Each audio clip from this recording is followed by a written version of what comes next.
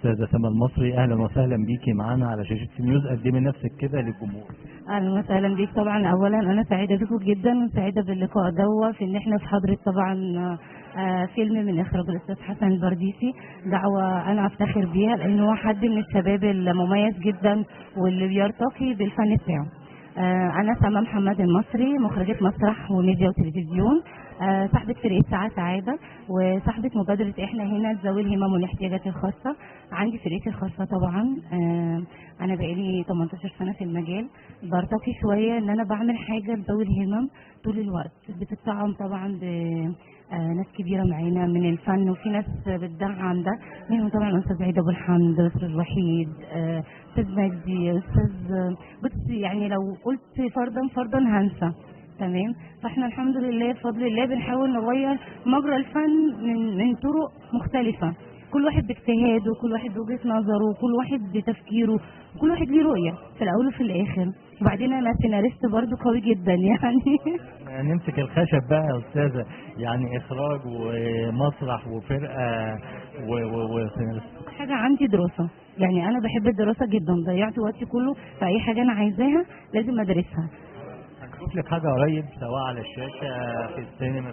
طبعا عندي برنامج خاص بيا اسمه حكايات تيتا انعام، ده بهاجم فيه الستات لان الستات اساس البيت، فهم سبب كل المشاكل، هم فاكرين ان هم سبب النكد، لا هم مفاتيح النكد. ولا على طريقه لا هو هجوم بطريقه لايف لذيذه وفي نفس الوقت حبابه.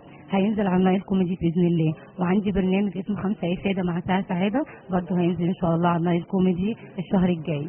فدي برضو من الحاجات اللي هي بنصلح فيها بطريقه خفيفه، لان الناس النهارده حابه تبقى الدنيا جميله بالنسبه لها. واحنا مش بنقول بقى يعني حاجه بسيطه بس سريعه، يعني هندي معلومه بس بطريقه حلوه في نفس الوقت تبقى حبابه، لان الناس ما بتحبش الاوردرات. اي حد تيجي تقول له صلح من نفسك مش هيصلح. من زاويه يتقبلها الجميع، وبعدين خفيفه كمان بطريقه عاميه مش بطريقه لغه عربيه ولا الكلام ده، فحبابه. فطبعا انا مبسوطه جدا ان انا شفتك النهارده وشفت الناس الجميله دي. بجد بجد انا مبسوطه ان الاستاذ حسن بيركز انه يشتغل على حاجه مختلفه مش شبه الموجود.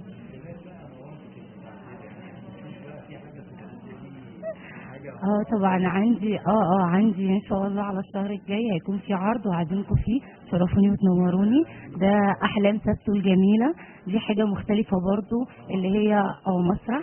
ده بيتكلم عن حاجه بسيطه جدا، اللي هي البنت لازم تختار وما ترفضش من غير ما تعرف وما يتفرضش عليها جواز، بس بطريقه حلوه قوي اللي هو الشارع العام ماشي من خلاله. انا المنتجه، لا انا المنتجه، اي شغل ليا انا اللي بنتجه، ما بحملش على القصه حاجه، وبالتالي بنطلع حاجه محتوى رائع.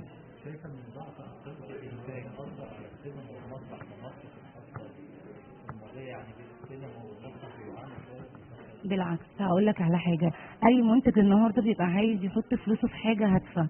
الشعب النهارده مش محتاج الهادف قوي، محتاج الحاجه الخفيفه السريعه اللي هي سهله. وبالنسبه للمنتج بيبقى محتاج حاجه تجيب ايرادات، فانت عشان تعدل الموازنه صعبه قوي، يا تبقى النص جامد قوي ومفيش موازنه ليه ماديه، يا اما النص بسيط بس الناس حابه تتبسط. هتعدل الموازنه ازاي؟ حاول لو انت تقدر تعمل ده لنفسك، لان محدش هيدعمك اكتر منك، وطالما هادف هتنجح. النجاح مش في الماده، بالعكس النجاح بيبقى معنوي اكتر.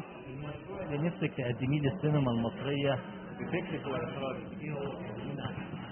فيلم يمنع حاجه اسمها الطور، يمنع بتاتا كلمه الطور من حياتنا. كتير قدموه قديم وجديد ولسه ما زال موجود.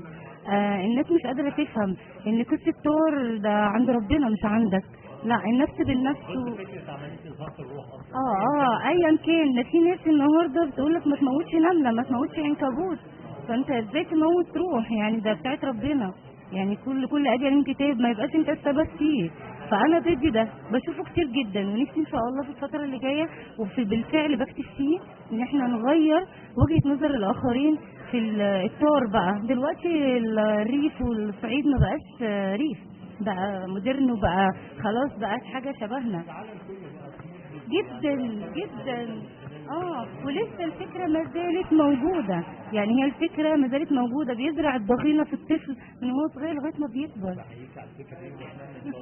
ان شاء الله، ان شاء الله. وطول العمر عايشة معانا، يعني تلاقي جدودك بيفكروا فيها، الأطفال بتفكر فيها. طب أنت هتخلص الناس إمتى؟ ده يوم القيامة قرب، طب أنت عامل لبكرة. أشكرك جدا.